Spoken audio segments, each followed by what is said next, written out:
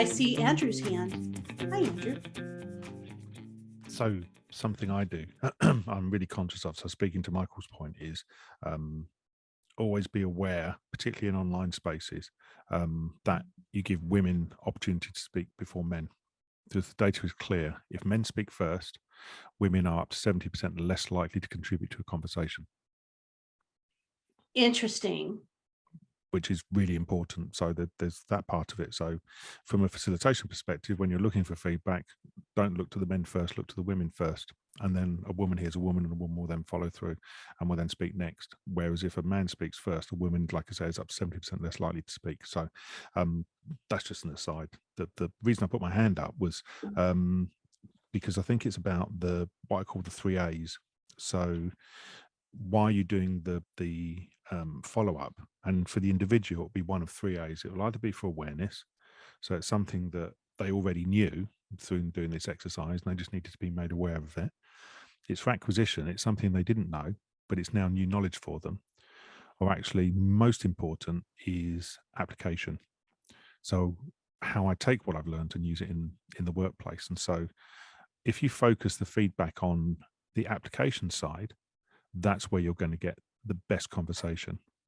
So by saying to people, so you spent time learning about time management, how's this going to impact on the way you do your job? What kind of things will you do differently in your work as a result of this? And so focus the conversation around the application piece, and that avoids it just being a conversation about how good the content was.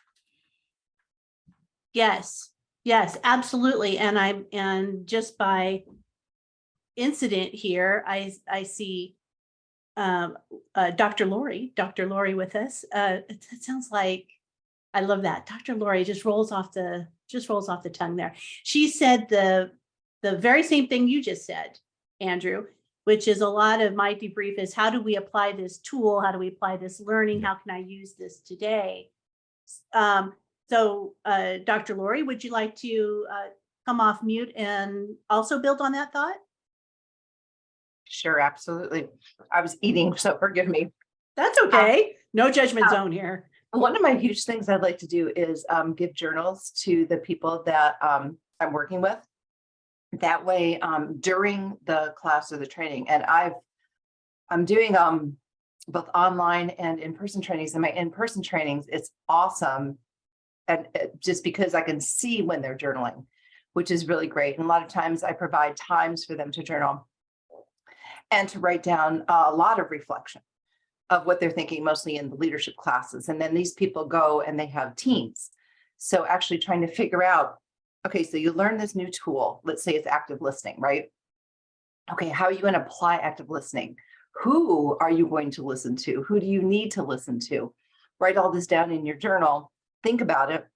And then I think it was Maureen was talking about introverts or extroverts. I can't remember everything. So, I write it down in my journal too, or write notes. And then they can take that and go back, because you all know this. You take a class, right, for 2 hours, you leave, you totally forget everything because you get bogged down into the day-to-day stuff. So with that journal, they have a, we have a, what is it called? An alarm. They each set an alarm. So at the end of the day, the alarm goes off and they get to look in their journals and to say, what am I forgetting? What did I not do? And that's the day after the class. So, the class is one day and the day after the class, at the end of the day, bing, then they look in their journals. It's just something to remind them like, okay, got it. And that's another time to reflect and to think. So those are some of the things I do. But the biggest thing, as you were saying before, is how do I use this in my day-to-day? How can I use this tool? How can I use this theory? How can I use this learning? And I think that is so important because we talk about it in class, we practice it in class, but actually getting to use it, I think that's the most important thing. So thanks for listening. You're welcome. And I totally agree with that. And for those of you who were part of the Learn Something New with Rachel Burnham, remember she did the sketch noting, Learn Something New. And one of the research items that she brought to the forefront was the importance of journaling, and not just journaling in writing down your thoughts per se, exactly. But she said, a lot of people are just visual thinkers, right? And so then just allowing them to write or doodle, there was a lot of connection between doodling and retention of information. And she said, give them the journals, but don't tell them what they have to write. Let them, if they want to doodle, let them doodle. If they want to write specific notes, let them write specific notes.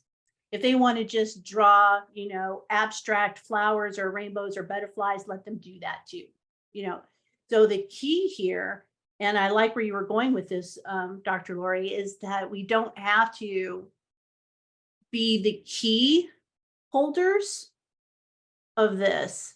Just give them the space to let them write or do whatever it is that they feel like they need to do that's going to help them connect learning.